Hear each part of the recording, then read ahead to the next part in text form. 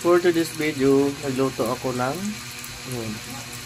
ayan, basta yan na yan. Yan. Ito po. Ayun. Ito po ang aking lulutuin. Marami pa po yan guys. Babalik-balik ta rin na po. Danahan na po yung apoy para pantay ang pagluto.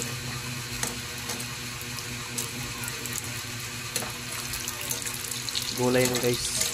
Fresh na gulay. Sarap ito. Ito luto na ito. Para tayo ng isa. Lalagyan natin dyan.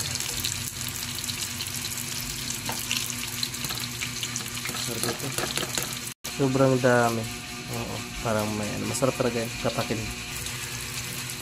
So, siyempre meron pa. Ito, sa lamesa. Hindi pa naubos.